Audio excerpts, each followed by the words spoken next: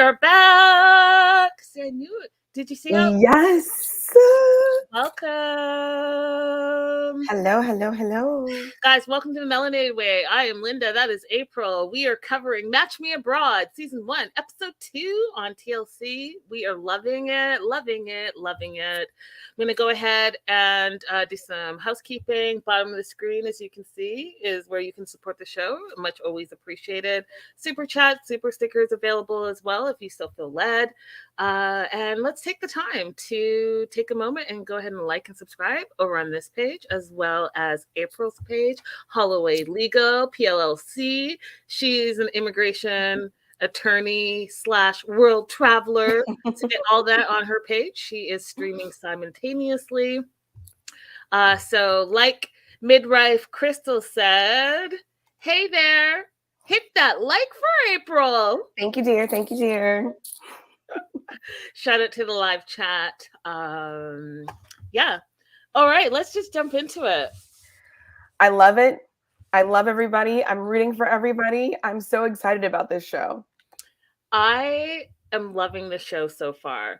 And I feel a little bit sad that I have to put that disclaimer so far. Because I really don't want them to mess it up. Like I love the format. I love the people. I think the people are really being genuine. I'm loving the fact that we're getting culture in there and the different cultures and the travel, all of it. And also, to be quite honest, they're very relatable for many different reasons. All the things that perhaps, are insecurities or things that you're dealing with if you are still in the dating market. And even if you're not in the dating market, it's just things that we think about a lot. At least I do. I feel like it's very relatable. Same. And so let's just jump into it. Okay. We're starting off with Danica. I want to shout out Sophia DuPont. Sophia DuPont reached out to me last week after the show because, I was talking a lot about Danica's name because I think she's lovely, you guys. I think she's lovely. I think she has great energy. I think she's fun. And I'm super proud of her for doing the work and now putting herself out there. And I'll talk a little bit about that as we go on. But I was, talking about her name. And Sophia so kindly pointed out that I completely missed that apparently her dad's name is Stanley. And so she said, perhaps Stanika is a playoff of Stanley, STAN, and then the IKA, and then the Stanley, LEY, which is quite possible. So I take back some of what I said. Some. Yeah, I'm not surprised that this has happened, like using the father's name to make it into the daughter's name, with no knowledge that there would later on be an album called Stankonia by Outkast, which would be a lot of jokes. I'm just saying I still feel it's a little unfortunate, but if it's an ode to her dad, then, I get it. Yeah. I get it. Okay, so Crystal. Yeah, I have a sister named Theodora because my dad's middle name is Theodore. So interesting. Yes. I mean, I get it. Claim your babies, y'all. Your babies.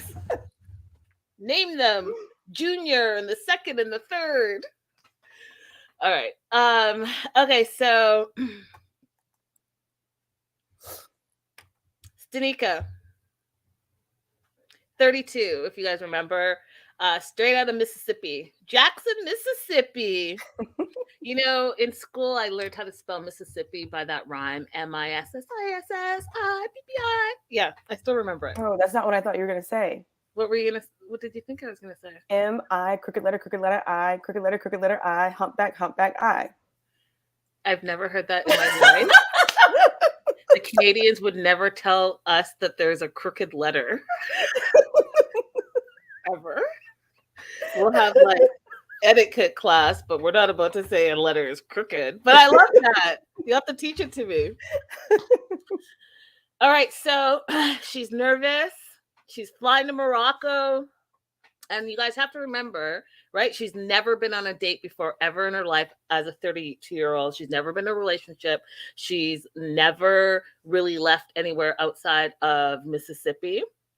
And so she's going to have a lot of firsts on this trip. She's going to be going on her first date as soon as she arrives. She reaches out to her matchmaker, Nina. And let me make sure that I have a picture of Nina too to pull up for you. I do. So this is her matchmaker, Nina. So she calls, they do a FaceTime, and she's, really just nervous and kind of wants to get that nervous energy out and some reassurance, I think, April. But Nina's not giving her any information. And I was wondering what you all thought about this. So the way Nina does her matchmaking is that she doesn't share any information about the match. There's no pictures. There's no, like, he's 6 foot. She's 3 feet. Nothing. You get nothing. You show up for your date. She wants to see if there's an actual genuine connection. She feels like if she gives you any information or even a picture, that it can be deceiving and take away from that connection. What were your thoughts on that? I like it. I like it because it avoids, because we know Stanika has a little bit of a self-esteem issue.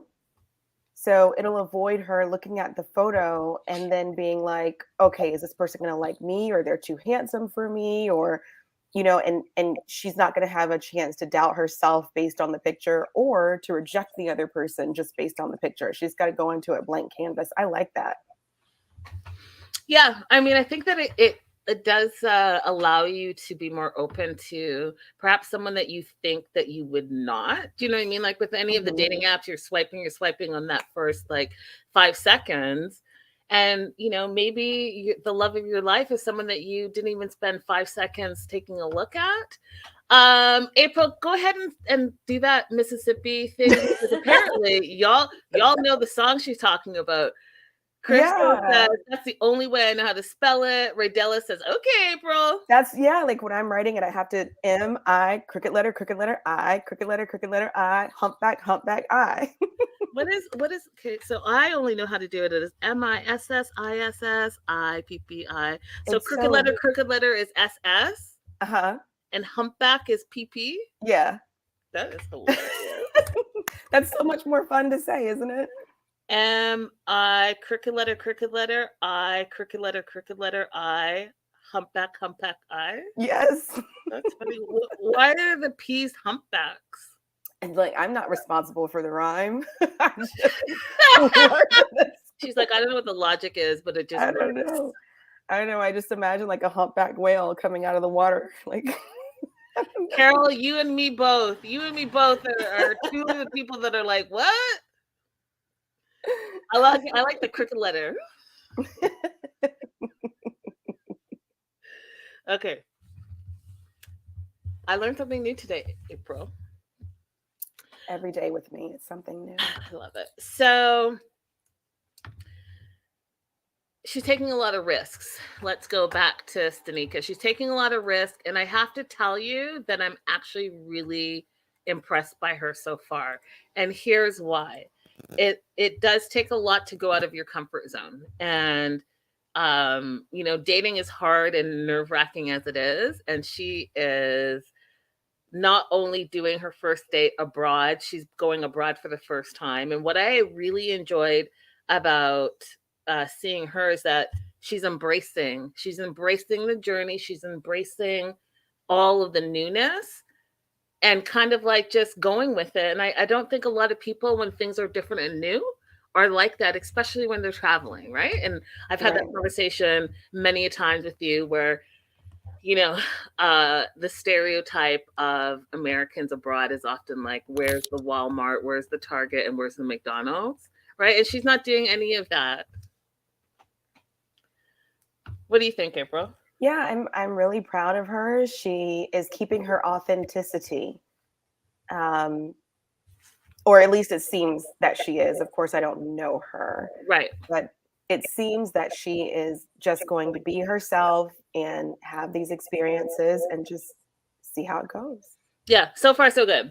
So she lands in Marrakesh, and you guys, what I wrote down as my note is literally what came out of her mouth. She gets off the plane, y'all, and there is this tall, chocolatey, beautiful skin driver with her name waiting to pick her up. I was like, this is my note. A black chocolate driver picks her up.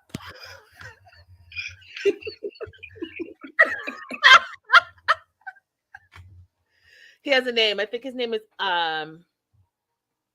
Abdu, which sounds to me like an African name. I wouldn't be surprised if he was actually like Nigerian or Guinean. Abdu. Anyways, picks her up and she's all like, oh, hey. She's like, this is the best welcome ever. Crystal said, I said, okay, right along with her.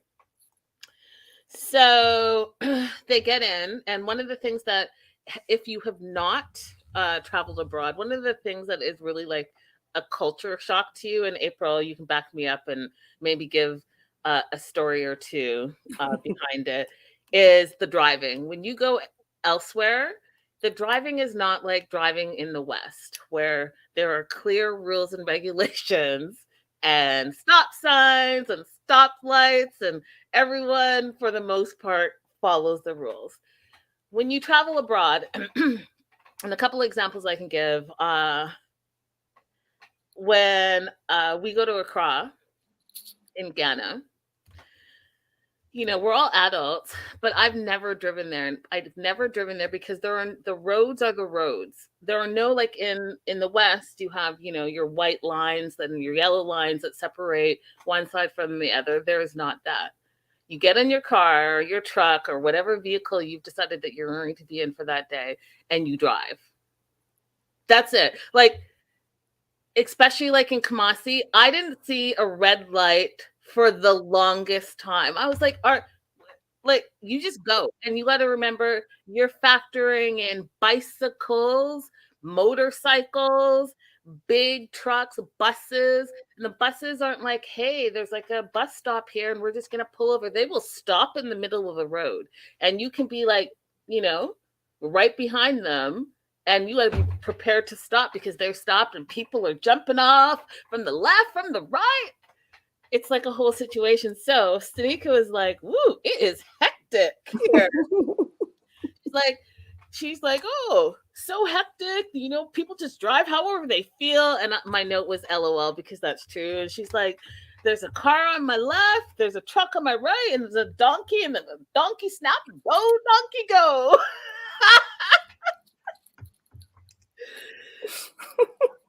I was like, that's about right. And maybe midwife Crystal can attest for this. When I was in London, one of the roundabouts in England are always like so wild to me because the cars tend to be smaller there, in my opinion, and people drive really, really fast, but it's the roundabouts, right? You have to know when it's your turn. Because there's like a couple of roundabouts here in the US, but you can tell that people aren't familiar with them because they almost treat them like a four-way stop. Mm-hmm. You're not supposed to stop. You round about. What were your thoughts on that, April? It was really funny to me because I felt that way too. But, you know, I came to realize there are rules. I just don't know them because it's not my culture. I used to ride my bike in Mexico all the time, and I crashed into people a couple of times because I didn't know the cultural rules of who moves out of the way when the bikes are coming at each other. And after I was there longer, I started to understand that no matter how convenient it is for me to get over, the man on the bike is going to move out of my way. And I stopped crashing into people. Crystal says, I refuse to get a license here because of the roundabouts specifically. Yeah, they're no joke. They are no joke. Yeah. So, Abdu drops Stanika off at her riad, which is like her apartment, long-term Airbnb-ish type situation. And I just thought she was super cute. Like, she got out, she was like so excited. She's like embracing the moment. And here's what was super adorable that I thought. She was like practicing her laugh in the mirror, getting ready. I was like, oh, she is so cute, you know? And the other thing that I liked, and you mentioned this off air, April, and it was a note that I made. First of all, I'm loving her outfits. I love how when they get to the country, their little like 2-minute montage in the beginning. She had this beautiful red dress. I was like, ooh, that red dress is cute. And the yellow dress was cute. And she, you know, living it up. I was like, I love all of this because that's really what it's about, right? And if we put it together, when we see oftentimes on the shows where, you know, you see the cast member out shopping, and then they're just like, oh, I'm shopping for my trip. Here they've kind of pulled it in together. Yes, she went shopping for her trip, and she's also like modeling some of the outfits that she took on her trip. And I gotta tell you that considering she was going to a predominantly Arab country, she really did pick well. Don't you think? And because she asked for guidance from her matchmaker, and her matchmaker was just like, wear whatever you want. So she did a good job on her own since the matchmaker didn't help her. Totally. So everyone's talking about the roundabouts. Carol said, I lived in London 2 years. Roundabouts outside the city are a great way to keep traffic flowing. We have them in SoCal now. Raydella says, I don't like the roundabouts. You know, I think it's something that you definitely have to get used to. And if you're not used to it, I can see how it can be a bit challenging. So my note says, I'm just proud of her. She has a lot of firsts. And I love the fact that when she went to meet Nina, she was like exploring, because, you know, oftentimes people who've never traveled or have limited travel experience, they don't want to explore by themselves. Like they want to have like a guide, or they want to have someone like take them. Like look at Nicole. She spent months and months and months and never left the apartment, right? And not only being jet lagged and traveling halfway across the world, Stanica was just like, let's do this. She hyped herself up, gave herself a few laughs in the mirror, and off she went. And I just thought that that was a great way to be. Yes, good approach to life. Absolutely. So she meets her matchmaker, Nina, in real life. And, you know, she's like, I'm jet lagged, I'm nervous, I'm excited. And I feel like Nina at this point was trying to figure out, like, what is it that you are most nervous about? And one of the things that she knows about Stanica, is it Stanica or Stanika? I think it's Stanika. Yeah, okay. One of the things she noticed most about Stanika is that she's building her confidence and her self-worth. And she has that weight loss journey and story behind her, as well as, like we talked about in the first episode, she's also done the internal work, right? And so she's continuing to work on herself. And part of that is building her confidence and her self-worth back. Now, here's something that I knew was going to be super controversial. Would love to know what you guys think in the live chat. If you guys are watching the replay, let us know in the comments. April, Nina says, and I quote, American men don't really know how to take care of a woman anymore. Arab men are loving. They spoil their women with attention. So she wants to make sure that she finds Stanika, I don't know why I keep doing that today, a partner that appreciates her for who she is. What are your thoughts on her thoughts, Nina's thoughts about American men? If she's talking about finances, that has also been my experience. But in terms of emotional support and doing their own emotional work to be a good partner, I think all men are lacking in that regard. All men all across the world? All men. All men all across the world. Are lacking in emotional support? Are lacking in being emotionally supportive partners. I mean, of course, there's like the odd man out who does that kind of work, but for the most part, the relationships that we see, the woman is carrying the large part of the emotional load for herself, for the relationship, for the kids, and the man doesn't really participate in that. But if she's just talking about money, that's been my experience as well, that I've been given a lot more money and gifts from guys from Morocco and Algeria specifically. I would love to know what you guys think. Let me know in the live chat. Again, the statement is that American men don't really know how to take care of women anymore. I'm really curious about that.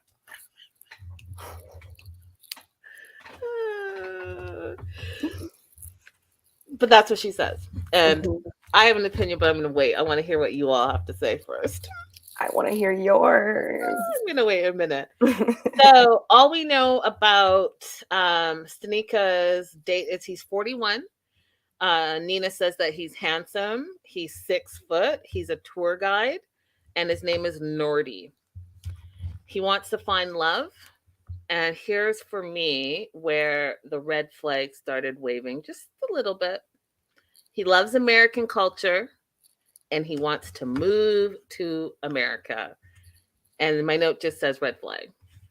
Why did you think that was a red flag? Well, and April, I knew you were going to ask me that because I know your stance on this. And, we have politely agreed to disagree. For you guys that missed the episode that was very controversial and had a lot of people saying a lot of things, April, do you want to actually tell them what you believe or should I? I have something to add with respect to Stanika, but I'll just restate what I said earlier for this moment. I think it's okay to search for a partner that lives in the country that you would like to live in. I think that's fine for that to be a factor in your search. Should it be the only factor? No. But can it be one of them? Yes, that's fine. No problem. And I had not really thought about that. And so I was surprised. So I wasn't surprised that you were going to ask me that question because it's in line with what you just said, right? So if someone wants to live in America, then, seek out Americans. Someone wants to live in Canada, seek out a Canadian, right? Like that's the logic in what you're saying. And so this would not be a red flag to you. To me, in all the shows that I've watched, especially the Moroccan men, they've all wanted to come to America specifically. And why is that? And I look at just the shows that we've watched and I wonder how many of them have actually made it to America and have stayed with the person that they originally, said that they wanted to be with. Yeah, here's where I would like to know more about her friend. So remember, she's looking for a Moroccan man because she has a friend who's with a Moroccan guy who gets treated like a goddess, apparently. So I'd love to know more about the relationship that she's attempting to model. And in this specific case, unless she's planning to move to Morocco, she has to be matched with somebody who wants to move to the US. Right? I mean, that's true. Yeah. But for that to be something that comes up immediately is a red flag to me. I'm still sticking with that. It kind of reminds me of oh, go ahead.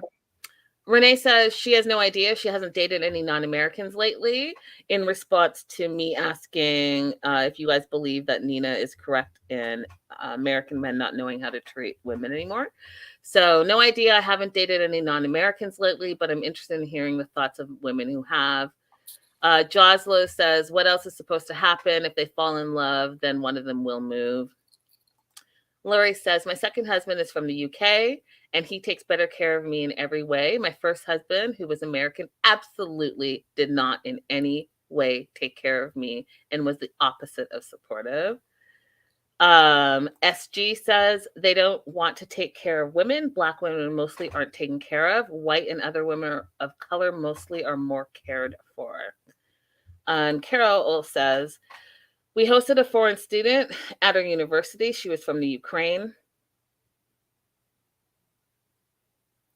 Beautiful woman, and men found her very desirable. She knew she wanted to move to the US and would not date Europeans. That's an interesting statement. So it's kind of across the board. So all of you guys are kind of across the board. No one's really said, yes, I agree with the statement, or no, I don't agree with the statement. I think maybe Lori's come the closest in saying her experience versus UK and American men. I will say this. I think that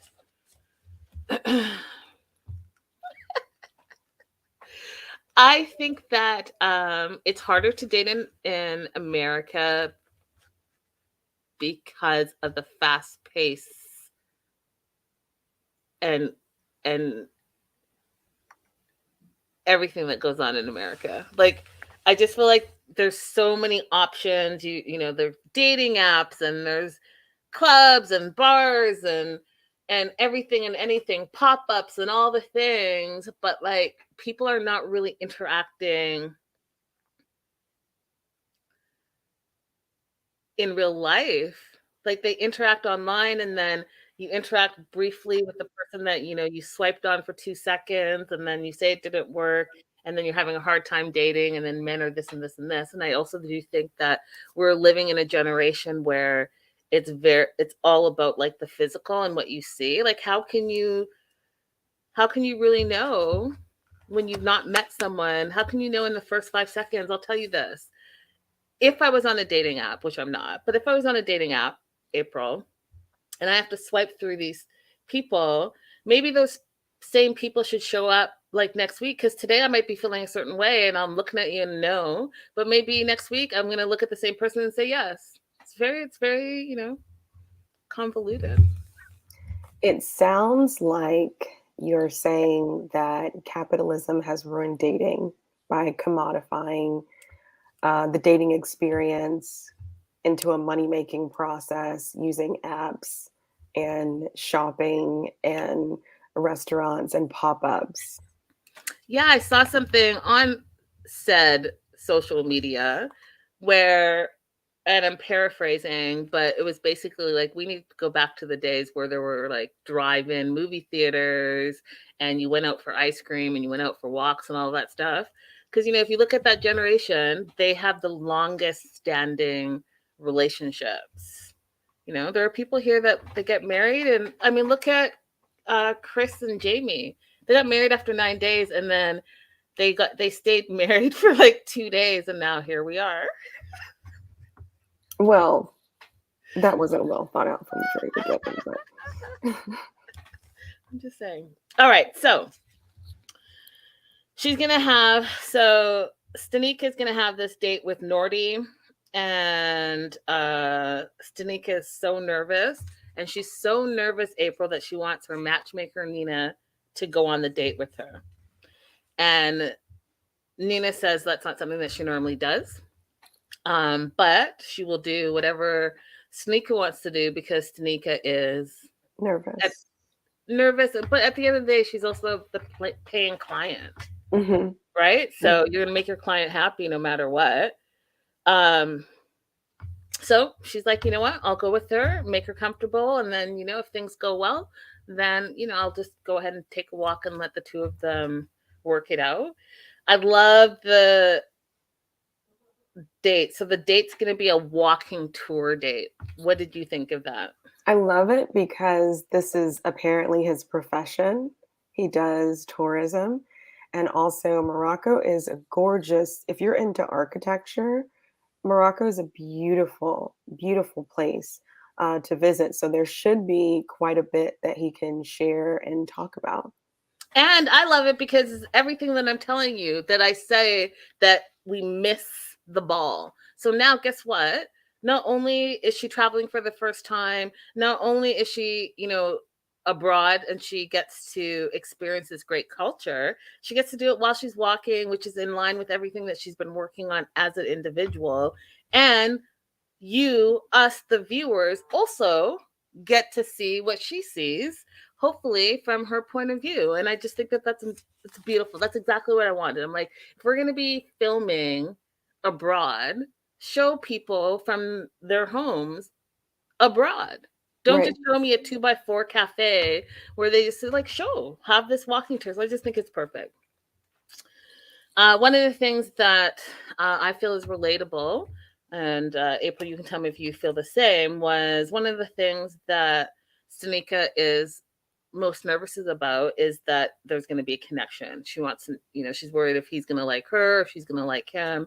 And I feel like anyone that's in the dating pool, that's the first thing, right? Especially if you've been for her. She's never been on a date. But if you've been on online dating and let's say you spent, I don't know, like how much time do you spend talking to someone online before you go and meet them, April? Maybe a week. Mm-hmm. Unless they want to move a little bit faster, that's okay with me if they want to meet in person faster, but no more than 2 weeks. Yeah, I think, listen, if you're investing all this time and dating is already like it's like a job. If you're investing all this time and you're doing all the like what do you like and what do you do? What's your favorite color? And do you have an animal? And do you like to go on hikes or ride bikes or do you like to go swimming? And how many siblings do you have? All the stuff, right? And you invest 2 weeks back and forth, and let's say it's daily, back and forth, and then you go to meet finally after 2 weeks, and then you guys have no connection. Oh, Lord, just a waste. Yeah. Of time. I would say, if I was on the apps, I would say, listen, seems like there's a immediate connection. The first thing I would want to do is maybe do like a FaceTime, right? Get a FaceTime type date on, and then within like that first week, we have to meet in person or you should keep it pushing. But then Yeah. I too am single, so take my advice with a grain of salt.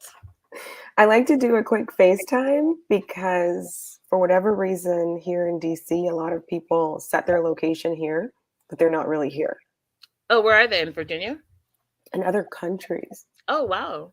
Yeah. And so I feel like the quick FaceTime will easily expose people who are not really here. And if they dance around wanting to, like they don't want to do it, because the apps allow you to do video calls now. Mm-hmm. If they don't want to do it, then I'm like, cut off. What's the benefit of saying you're somewhere where you're not? I think that they're hoping to establish like a connection with someone where either they can convince them to date long distance, like Sumit did, or it's a scam. Gotcha. Moving on to, so we're wishing Danica all the best. I'm not going to show you her date yet because she literally just sees him. He has flowers.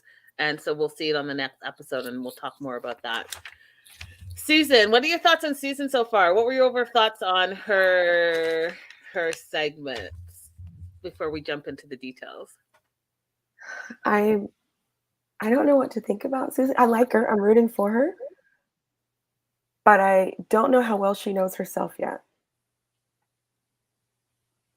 I think that's very observant of you. I think, I mean, I agree with you 100%. My note was, I don't think she is as open as she thinks she is. And let's talk about it. So she gets to Colombia. And if you guys need a quick reminder, this is Susan 52 from New York. She's traveled with her fur, what do they call it? Fur baby. Mm-hmm. And first thing she wants to do is get a bottle of wine, but the hotel that she is staying at has no alcohol. It's just food. So I'm assuming, they didn't say this, but I'm assuming that she then reached out to her matchmaker, Juan, and had him bring some wine because she meets up with Juan. And he has wine. And she's like, oh, you brought what I needed. Did you notice that, April? Mm-hmm. Right? So let's pop up Juan for everyone to remember him. This is Juan. And Juan says, Susan, I feel like the vibe I'm getting from him, April, is that he feels like Susan's going to be a little bit more of a challenge for him. He says that she has high standards, and he talks about how when you're older, you have more experience, you get more picky, and so it's harder. And specifically for Susan, she has her walls up. But he believes in love, and he thinks that love moves the world. Do you agree or disagree with him? I did not agree with his assessment. But I said he's got the answers to the questions and I don't. So maybe he knows something I don't know. But I don't reading down the list, he made that it seemed like they were suggesting that her list was too exclusive, and it really wasn't. You didn't think so? No. I felt like her list was pretty basic. She could have gone more in depth on what internal things that she wanted for her partner, but he was just like, malleable. What does that mean? Sir, look it up. You're the matchmaker. We'll get to the list because I wrote it down, and I may have a different opinion than you. But Susan even says that she knows she's difficult, but she is looking forward to her first date that she's going to be having tonight. And her date is with a gentleman named Miguel. He is a mechanical engineer, and he's 43 years old. Now, Juan says that Susan has a big list of things that she needs. And in her list, right? And I feel like I remember, like, there must have been a book years ago where the book said, like, for women to write down all the things that they're looking for in a man. And I think that that's what she subscribes to. Or she was asked on a questionnaire, what is it that you're looking for? So on her list, she's looking for a man that is handsome, empathetic, thoughtful, listens, is a Christian, is funny, is charming, loves to explore, is malleable, verbally and action. Emotional vampires need not apply. And then, hold on.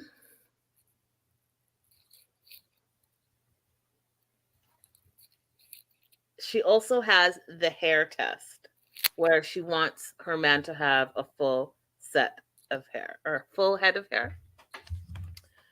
So you're saying to me that you don't think that that's a lot to ask for, right? I don't. Am I wrong? She's basically saying the only superficial thing she's asking for is hair. She didn't ask for abs. She didn't ask for a certain shoe size. She didn't ask for, a certain height. She just said she wanted somebody who was thoughtful. She used a lot of words for thoughtful, it didn't come off to me like a lot. And I think she's been told that she's difficult because she even said that it must be a chore for him to match her. And she's internalized that a little bit. But honestly, her list is not that difficult. She sat and stayed in a date that she didn't even enjoy. She's obviously like a reasonable person. Let's jump ahead a little bit with that, and then we'll circle back. So you felt like she sat. What do you feel? Do you feel like she was open on that date? She definitely started out open, and then after getting shut down a few times when she was trying to talk, she was like, "Okay, this isn't for me." Live chat, let me know what you guys thought of the date and how the date went, and your take on how Susan was and your take on how Miguel was. So, Miguel says that there are many needs, that Susan has a lot that she requires, and she even says that she's picky. But she says, if you don't say what you want, then you won't get it. That's the philosophy she lives by. And so Juan says, okay, they have another drink. And he reminds everyone that not a single person will have everything that she wants.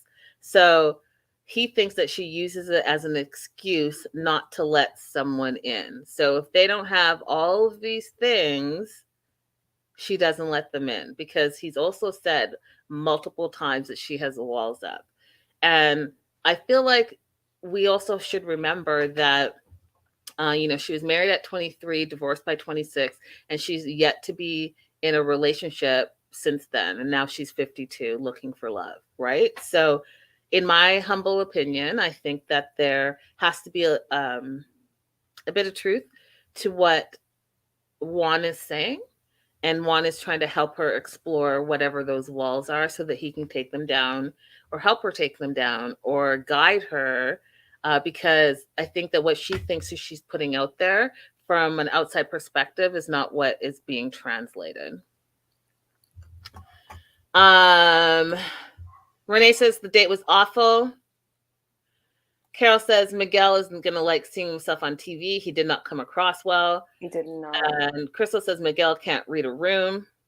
Miguel would talk over the room. Renee says, I think the bigger question is she offering all the qualities she's asking for? And Lori says the date was awful. Susan seemed like she was trying and then just got tired of not getting a word in. So, here it is. Perfect. So it's date day. And one of the things that is having Susan kind of second guess is she says, does she trust Juan in his process, right? Like that's one of the things she's struggling with. And I feel like that's a little bit of like because you're giving control of your love life over to someone that only knows you from what you've said, right? So that's going to be a little bit of a balancing act and a trust act. Do you agree or disagree? Oh, absolutely. Right? And okay, also, just a side note, she traveled with her fur baby and just, she's going on a date, so she left the fur baby in the hotel room. That's it. I don't have anything else to say. I just wanted you guys to know that was happening. Because I'll just leave that there. Juan says that Miguel is wealthy, attractive, educated, well-traveled. He passes the hair test. And so he really is using Miguel as a starter point to see if Susan really knows what she wants.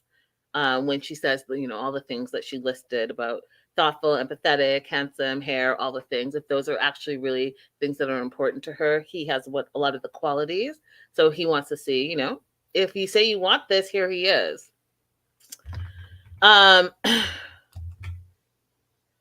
So she gets there first and he comes in and it was awkward at first, but I feel like most first dates are like that, where like, you're like, not sure if that's the person. And then like, now what? But then they sit down and my note says he cuts her off a lot. So he asked her one question and the question was, what do you do? Right. And she talked about hedge funds and engineers and managing engineers and all of that stuff. And then I guess he took that as a segue because he is a mechanical engineer, but he's also like a money person or whatever. And anytime she tried to like put a word in and try to talk, he cut her off and talked about himself. He didn't listen to what she said either.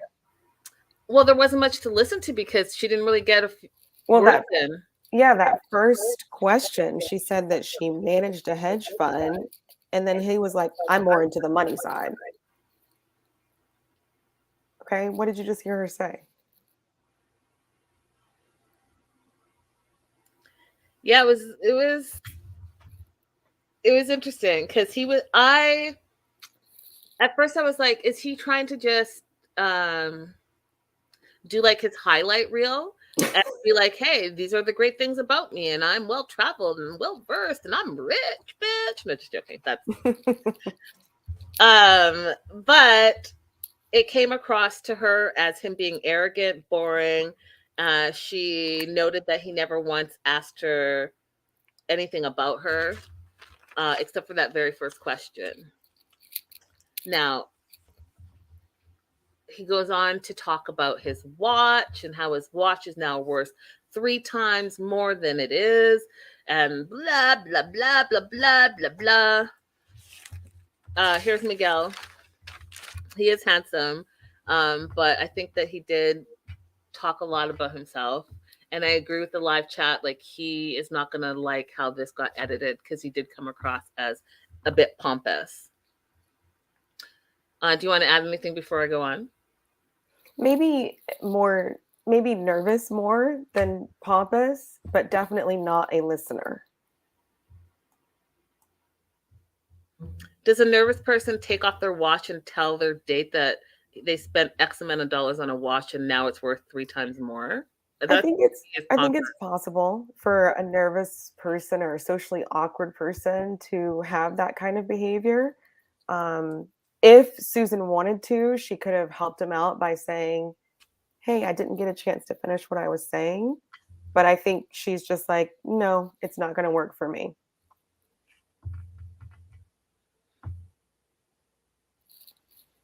But yeah, if you're nervous or socially awkward, you could do all kinds of weird stuff. I don't think that's him personally. I don't think that he came across to me as being nervous. He came across like, hey, I'm a catch. I am wealthy.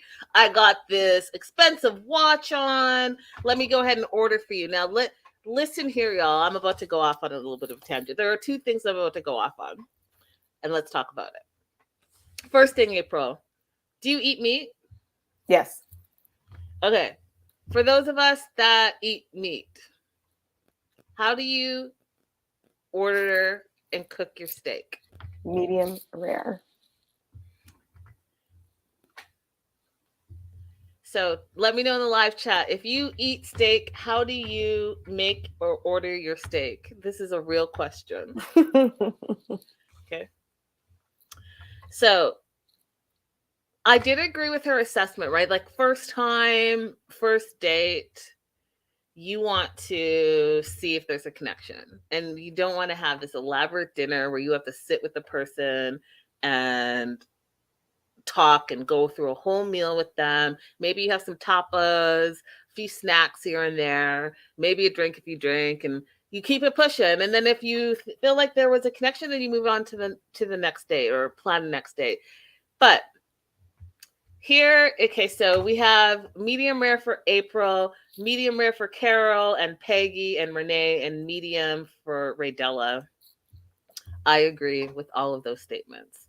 I personally feel, and I'm being super dramatic here, but coming from a family who has a lot of culinary artists in the family, ordering a steak well done is like a red flag. If you are so well traveled and so educated and like, well done is basic. So you can't date someone who like has a poor palate or puts ranch on all their food. Did you say ranch? Yeah. Oh my God. Okay, so again, people are gonna come for me. Ranch is an American thing. Y'all like ranch on everything. You put ranch on everything, Ranch, ranch. You go to the salad dressing aisle in the grocery store out here in America, you guys, there's like 10,000 different types of ranch. If you want to like look for a balsamic or I don't know what else is like 1,000 or Italian or oil and vinegar, like you literally might as well just make your own salad dressing because it's ranch. If you're having salad, you're having ranch. If you're having wings, you're having ranch. If you're having chips, you're having ranch. You just ranch all over. Ranch is like a soup out here. It's so bizarre. Anyway, Crystal says, I prefer rubber well done. I'm aware. I'm in the minority. The hood raised me. It's okay if you just like to chew a lot. That's all right. So he orders for them. And here's where I had an issue. You can go ahead and order, but maybe you want to ask her a few important questions because he orders her like a ceviche and some type of fish. I didn't write it down. Salmon. A salmon and shrimp ceviche. Do you know if A, she eats fish, B, if she eats shellfish, C, if she has any allergies? Did you ask her that before you just were like, hey, this is what I'm going to order for her? Because I didn't see that. Did you? No, she was trying to say like just some small things. And he kind of maybe didn't shush her, but he kind of just waved her off to keep on ordering. Now, when they have these kind of meals, does the production pay for it or he still would pay for it? Production has rented out that whole space and people in there are either real customers that have said, yes, I'm happy to be on camera and have signed a waiver for their likeliness, or they're a bunch of extras, but the food is real. The food is prepared ahead of time so that when, like, the kitchen would have known that this is exactly what he was going to order, and then they bring it out. But it's already paid for by production. Yeah, it's like maybe he was making the most of his free meal. I mean, that could be it. For sure. So Susan is not really feeling Miguel. She thinks he's dry and opinionated, and she definitely feels like it's not a love connection. And she goes and she's like, I'll be right back. And she spends like 10, 15 minutes in the bathroom talking to the production, telling them that this is not a love connection, how she can get out of it. She's having, you know how Nicole was in the bathroom, but having a full-on conversation with production? That's exactly what she was doing here. Susan was doing here in this situation, which I thought was hilarious. Have you ever left a date, like in the middle, just left it? Yeah. Yeah, I think she should have too. She wanted to. I have done that more often than not. One time, April, I show up at the date and it's a midday date, right? So I was shocked about this. I mean, and I'm not against day drinking, but like, what I'm not about to do is show up and you're wasted. This dude was so lit that I was like, what is happening here? So I get there and it's a cute spot, whatever. It's the middle of the day. I'm more like casual, like let's go with the flow thing. He had a full-on suit on, which is fine. And he had a martini in hand. I sit down and he orders a martini, even though he doesn't know, but like if I want a martini, right? But then he's like swaying. I just knew he was wasted. Right? Wow. My martini comes and he goes to like drink his martini and he spills it all over me. And I was done.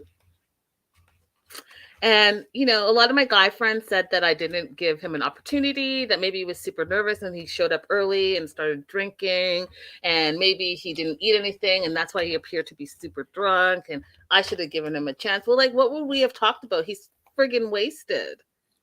He was already like, what is the saying? 10 sheets into the wind?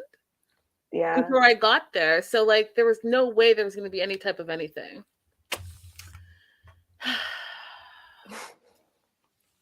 But good on her for trying to stay and stick it out.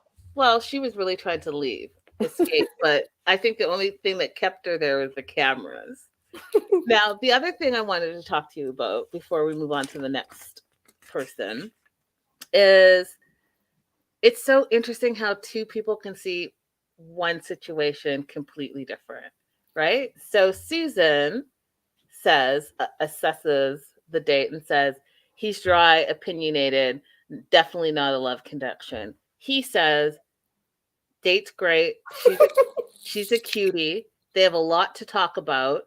He says he didn't want to come across as a show off or whatever and wanted to let her talk.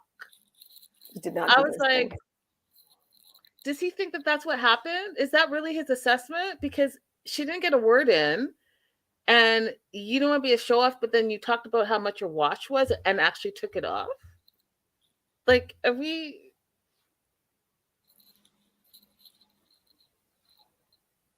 Carol says he was being gracious. He was being gracious. He didn't listen to the one question he asked her. He didn't listen to the answer to it. And then she showed this is a pet peeve of mine.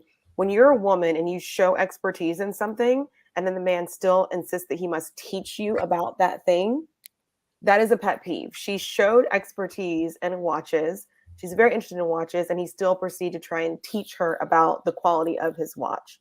She just said, she knows watches. Yeah. Best line in her segment, she's like, I'm steak stuck. I want you to do is maybe have a couple cocktails, some appies, and leave. But now I'm steak stuck.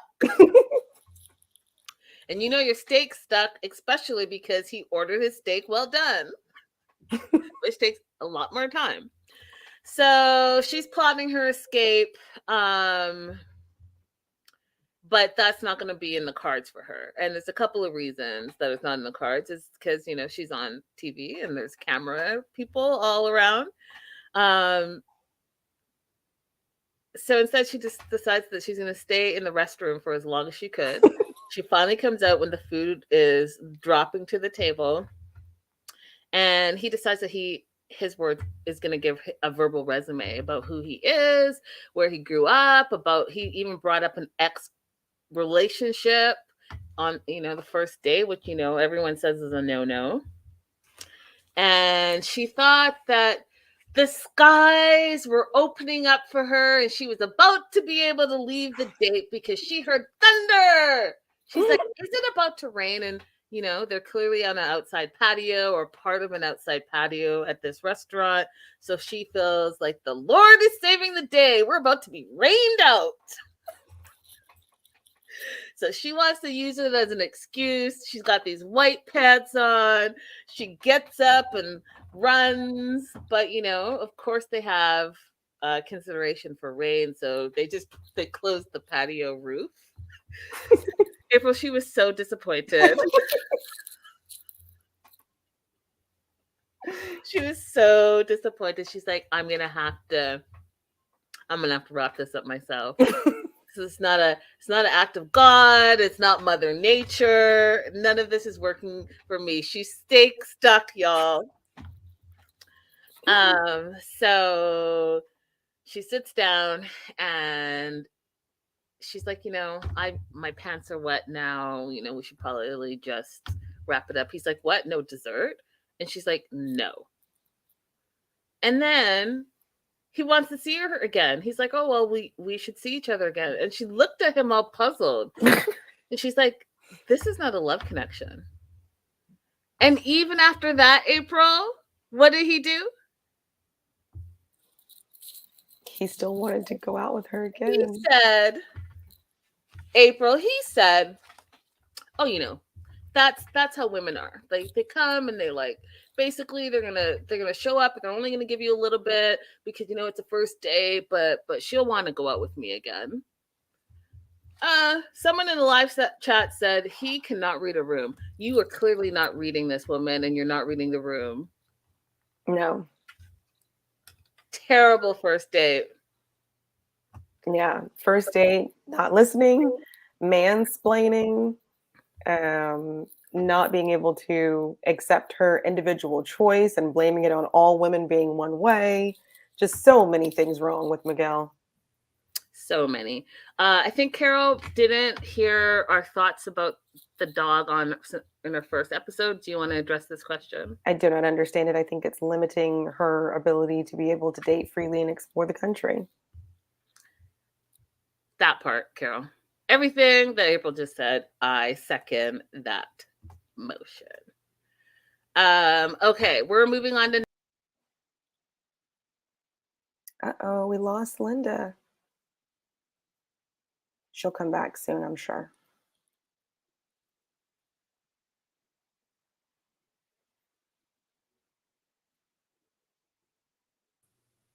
Yep, there she is. Yeah, I don't know what I just did. I was trying to hold on now, you guys. I was trying to get over to Natalie, and now I have to do something else.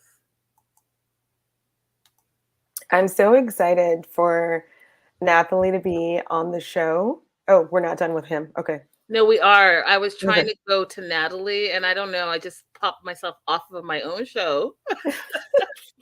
And then I was like, oh, I was like, what's happening right now? Hello?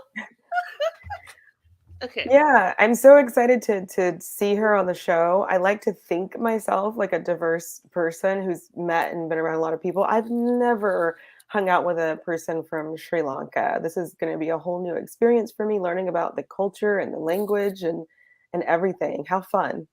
for me. I love that.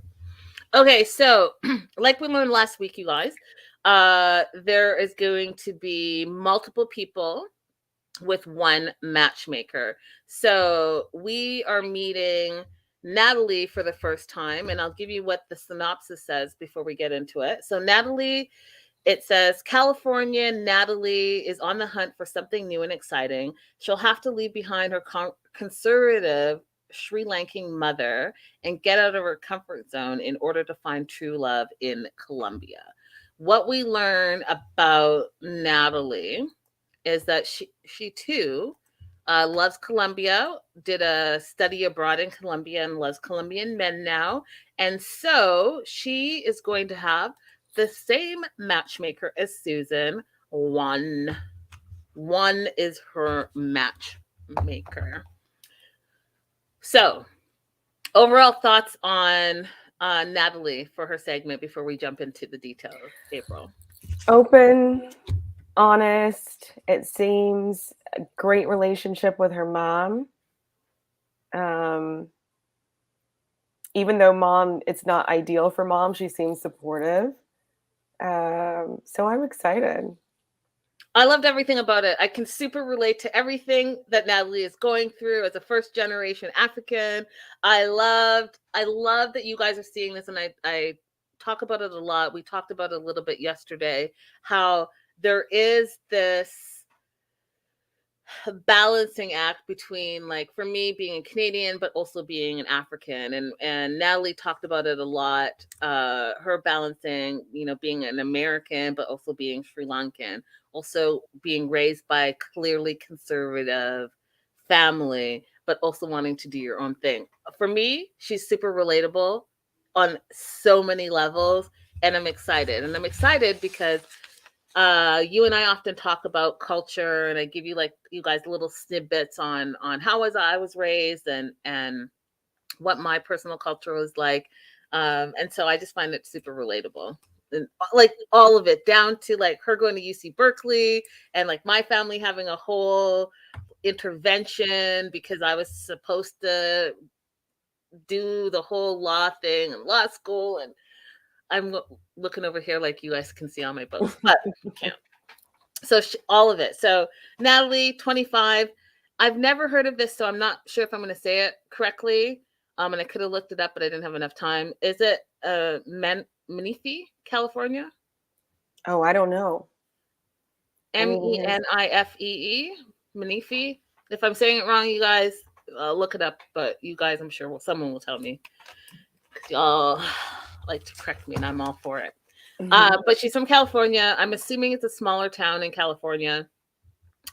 She went to UC Berkeley. She's now applying to go to law school, which is right up the alley, you guys, for every single immigrant family. Okay, I'm going to tell you this. Every single immigrant family, you have a choice. And I'm going to tell you what the choices are. You can either be a lawyer, a doctor, or engineer. Pick it. Your life trajectory, that is what they want. And when you go off the life trajectory, you have issues. And it's a whole like, ooh, let's get through this maze. Anyway, she loves life. She loves doing wild things. She feels like she's a little bit crazy, a little bit rock and roll.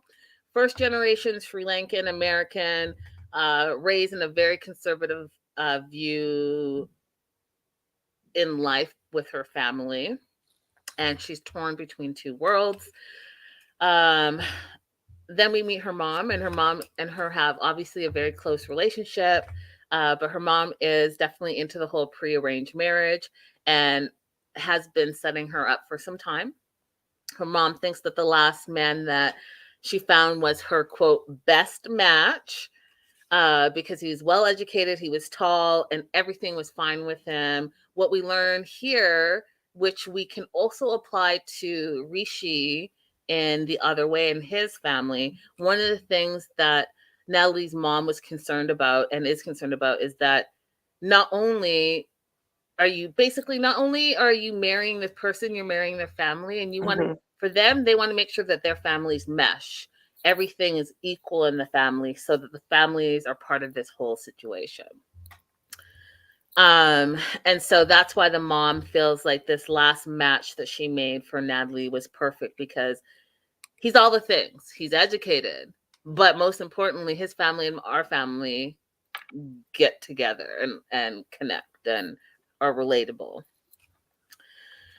Natalie feels like her mom dominates her dating life, and the biggest thing, like I just said, for her mom is that whatever she does in her dating, it has to meet the expectation of her family. And they call it proposals, but Natalie said basically it's like arranged marriages. So you get a picture of someone, and she says, you're told, here's a picture of a guy. Do you like him? Do you like him? You like him? You either like him or you don't like him. If you like him, then you get the proposal. The proposal basically is like, you get together, you say yay, and boom, you'll be married by next week. I'll say a little immigration thing here, just in case somebody in the replay sees it. Yes.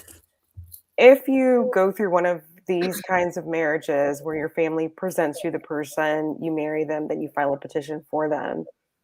If it turns out that some of the information that was provided for their background was not true, that is not a basis, immigration-wise, for you to withdraw the application.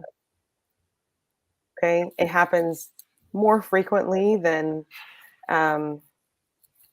people like, obviously. If the paperwork's already been submitted, the first residency's already been approved, and you find out that person didn't really have a degree, they don't really have the work history to be able to get a job once they get to the US, it doesn't matter. I've had so many consultations from them when they found out about the lies. It's not possible. There you go, you guys. Know what you're getting into. And so this last guy that the mom matched up with, she just really felt like she didn't have a connection with him. She keeps telling her mom that, but I don't think her mom is hearing her, right? She's like, I just did not connect with him. The mom's like, but he's perfect, but I didn't connect with him, but he's perfect. Yeah, that's because mom is like, romance is not everything. So mom is not taking into account that factor when she finds the matches. Like, Natalie's obviously okay with somebody matching for her, but mom's not listening to what she wants. Yes, because mom is factoring all the things that mom thinks is important, right? The stability, the education, the looks, the social status, the family. And Natalie's like, dude, we need to have a connection. I need to be attracted to him and connected to him. And that just doesn't seem to have been happening. Now, one of the things I think that is interesting is that she herself says that she's never dated a Sri Lankan man, but she did travel abroad like Susan did and went to Colombia on a student exchange, or you guys call it, what do you guys call it? For a study abroad. Study abroad, yeah. For a study abroad. And so she went to Colombia. She loves Colombian men from that trip. She says they are sexy and confident.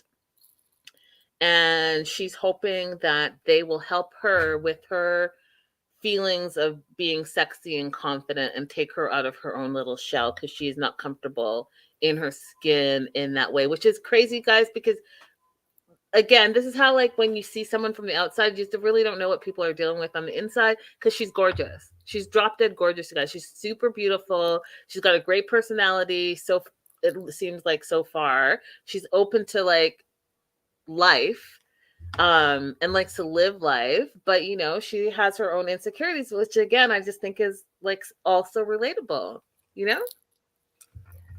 This is because I grew up in like a strict Christian culty background. This is like so typical. Like, it's so typical to see girls who are so beautiful that I grew up around, and they don't feel like they're sexy at all. They don't feel like they're pretty even sometimes. Yeah, it's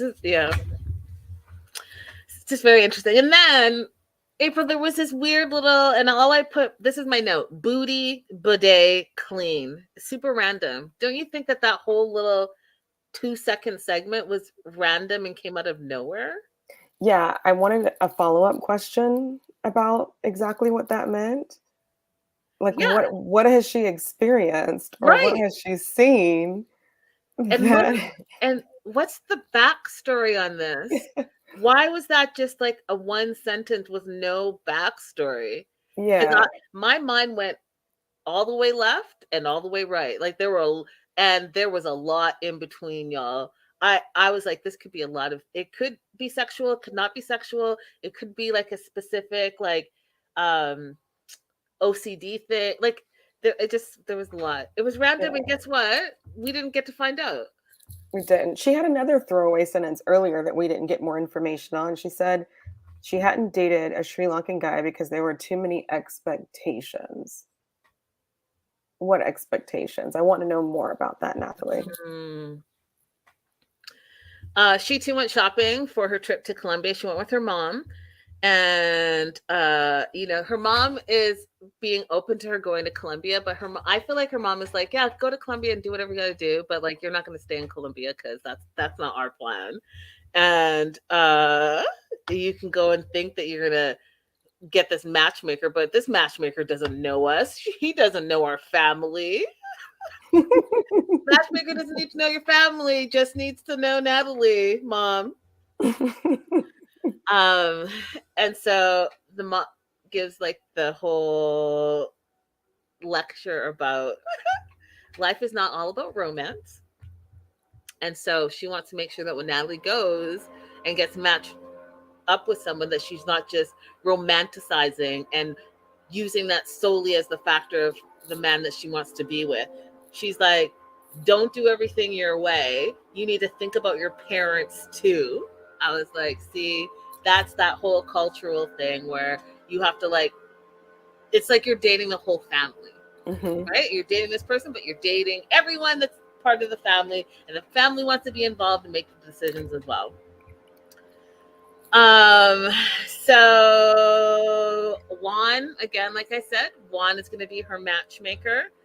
Juan says, this is a unique situation for him as well because Natalie is young and beautiful, but she comes from a strict culture. And, the mom wants to find a partner for her. When he's asked if he's a better matchmaker than the mom, what does he say? What does he say, April? I was looking Of at Carol's course. comment. Of course he's better. Oh yeah, I was looking at Carol's comment too. I think that sounds accurate, but I didn't know it was like so widespread. So Carol said, we've hosted over 100 foreign students. Some are super focused on personal hygiene and don't think we Americans are very clean. It's common to use water rather than paper for self-cleaning, and they perceive it as cleaner. Yeah, it's funny that you say that, Carol. I read article probably last week where it's like 70% of the world uses bidets, and it's like the West that doesn't. So more people use bidets than paper for cleaning in the world. So that being said, Juan is all about taking Natalie on as a client. And he thinks that he's going to be able to do a better job than her mom. And the mom is like, you can go to Colombia, but I will not stop looking for your match. So go ahead and go there, get it out of your system. And when you come back, I'll match you up. For Nathalie, I think this experience will be less about finding a husband and more about finding herself, which is a win. Absolutely. Absolutely. And the fact that, at the end of the day, she's going to be able to stand on her own 2 feet. As someone who is considered broke the family, because, all my family is in one location, and, they have all the things to say about all the things. It will be important for her to, like you said, find herself and find out, what, you can do it on your own, and you still can be very close to your family. You could have both. Yeah, you can find a way. She'll find a way. She will. And last and certainly not least, y'all, Harold is in the house. Harold. Oh, Harold. That's all I kept saying all episode. Oh, Harold. Now, Katarina is Harold's matchmaker. What were your overall thoughts of his segment, April? I'm going to enjoy watching this, but it's going to fail.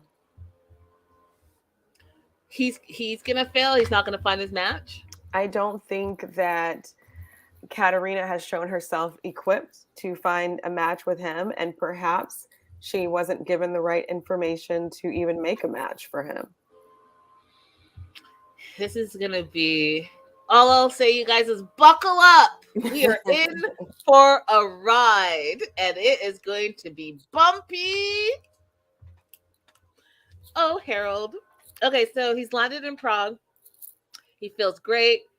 He feels a little bit tired, though, but he's energized because he absolutely believes that he is going to find his wife.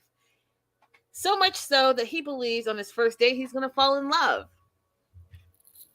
He just absolutely knows, as a matter of principle and fact, that his wife is in Prague.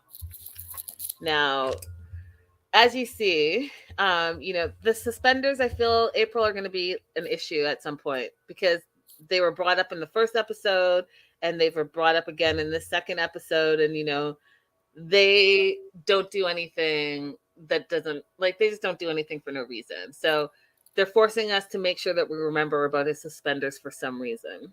Linda, look, the man said his waist is shrinking and he needs to wear his braces.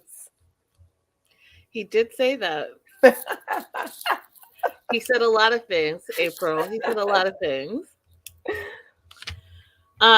So what was interesting about this too is with the other two matchmakers, we see that maybe their matchmaking agency is either bigger or they do things differently because they had representatives pick up their clients. But in Harold's situation, either Katarina is more hands-on or maybe her operation is a little bit smaller. Regardless, she's the one that picks them up at the airport. And her first impression of him is that he has a boyish energy and she feels like she's welcoming her younger brother.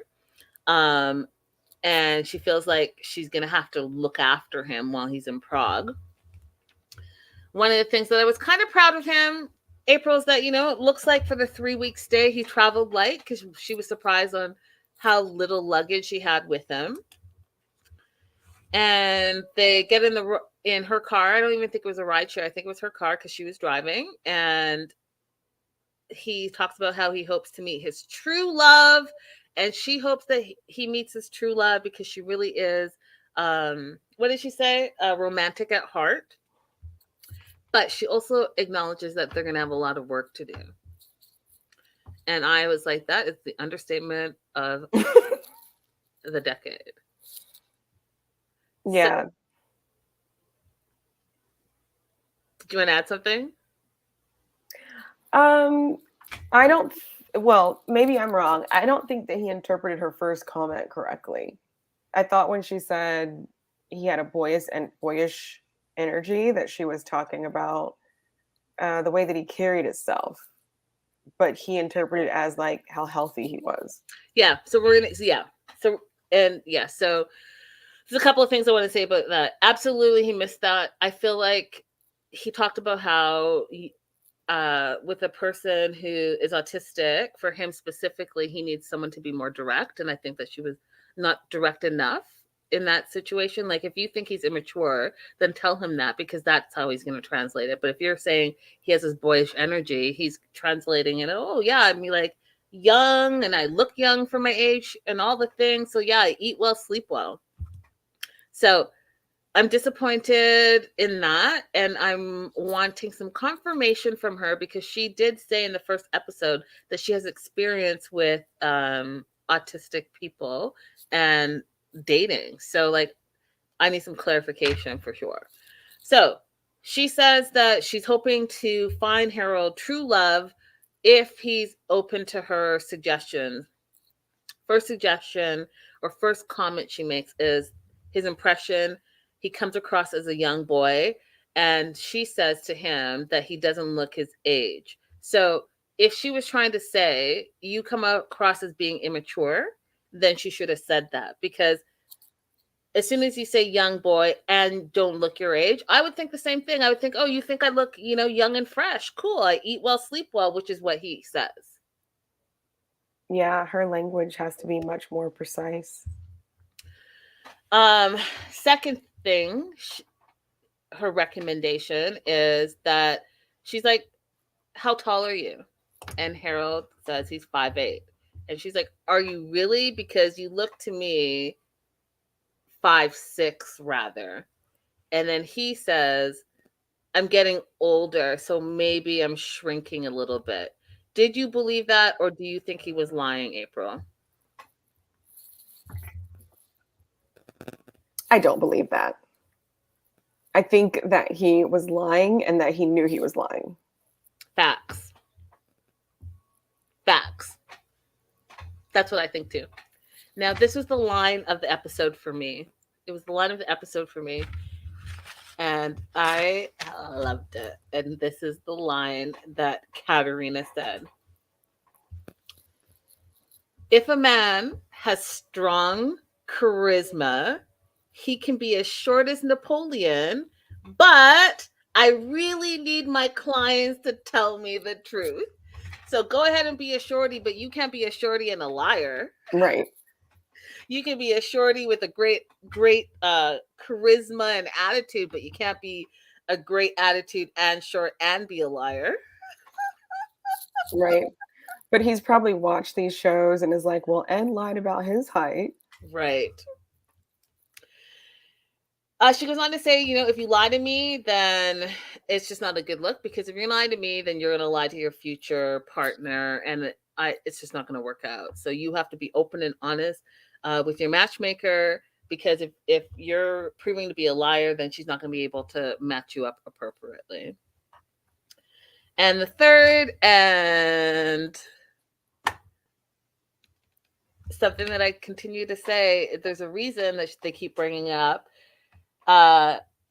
She asked him, do you always wear these braces like this? And he's looking at her like, what? Oh, suspenders? And she's like, well, in the West, you call it suspenders. We call it braces, but yes.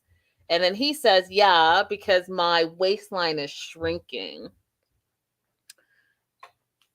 But again, I didn't believe him, April. I don't think it's about his waistline shrinking. I think that he likes his suspenders. He likes these braces. He likes this look. I think he just likes it too. There's something about it that is comforting to him. Yeah. And he should just say that. Yep. Absolutely. Josla says, I thought she was going to take him clothes shopping for a makeover, but I saw in the preview he was wearing his suspenders in the paddle boat. And she'd already expressed concern about whether he was going to have proper clothing. So maybe her comment about his suitcases was actually more like, do you even have like good dress clothing to wear on your dates? Could be. Really could be. Crystal says, I mean, belt exists. But what fun would that be? What fun would that be, Crystal? Katerina says, and I don't think I pulled her picture up, just a friendly reminder so that we are all on the same page. This is Katerina.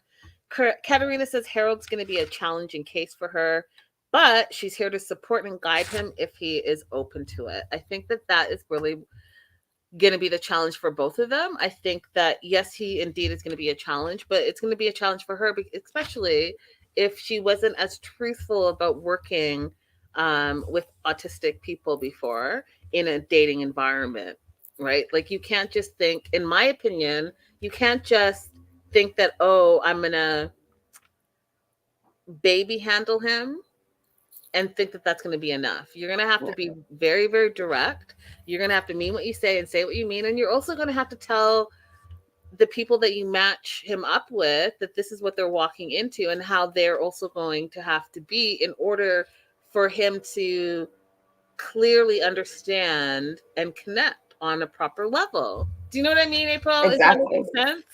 Exactly. I mean, it's the way that we honestly should be with everybody, to be like direct and clear. But he really needs it. He really needs it. He's got his money in this and his heart in this, and she's should provide him the service that he's paying for. I am looking forward to all the dates, you guys. I cannot wait to see what these dates look like. Like, honestly, I just can't wait. I can't wait. Look at Scandalous. Oh, Lord. Scandalous said on the bright side, he wasn't wearing a leather trench coat like 90 Day David. You know, Scandalous comes in and just drops these bombs, and they're always so hilarious.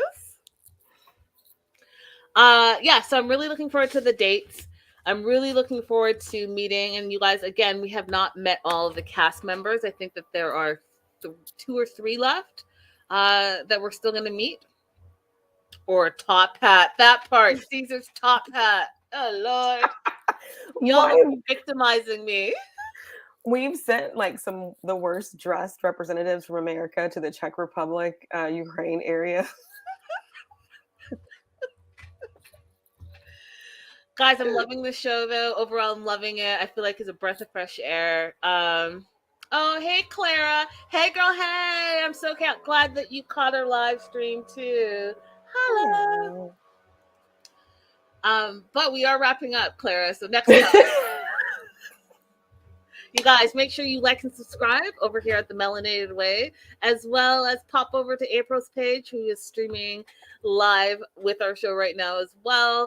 Holloway Legal, PLLC, and let's do something fun before we end out the show. Okay. And I'm interested. You're interested? Yes. Love it. Okay, let's do something fun. Here's what we're gonna do, since this is a dating show. And we're following people. Wasn't it a goldenrod shirt? Oh my God, you're so funny. Okay, so it's a dating show.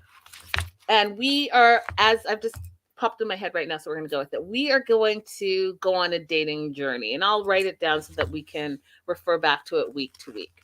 Okay. So it's going to be Linda's list versus April's list. And we are going to be kind of like Susan, and we're going to list out what we look for in a partner. And we're going to just name one thing each time. And then at the end of the season, we'll tell everyone our list. And then I'll see if I could bring we could do like a bachelor type show. I'll see if I can bring some like people on, and we'll see. I'll figure it out, but it will be fun. Okay, so let me find a clean page that I haven't used. I'm already done. I wrote my word, which is also a person. Okay. Linda and April. Okay. I'm going to call it our lovers list. All right. What's your one thing that you're looking for? Jadena. The what? Jadena. Jadena? Yes. The artist. Oh, Lord. I already regret this. I already regret this. Okay, no, I'll be serious. I'll put a characteristic. So for my characteristic, I will put curious. Because I think Jadena is curious.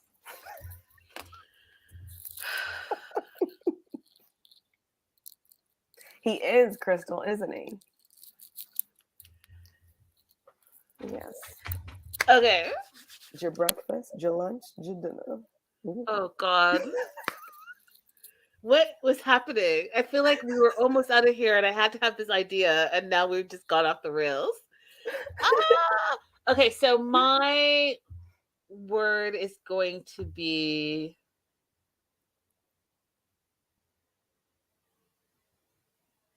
humorous.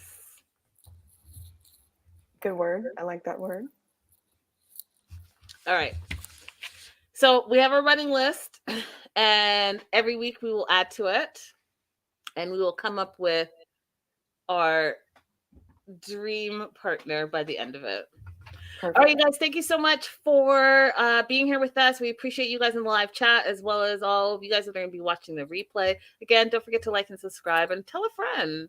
tell a friend, send it to a friend, do all and those then we can things. all be friends. And then for those of you guys that are watching the replay, let us know if you like this time slot for this show for the East Coasters as well as everyone abroad. All right, toodaloo. Toodaloo. M-I. Crooked letter I. Crooked letter I. Humpback. Bye, guys.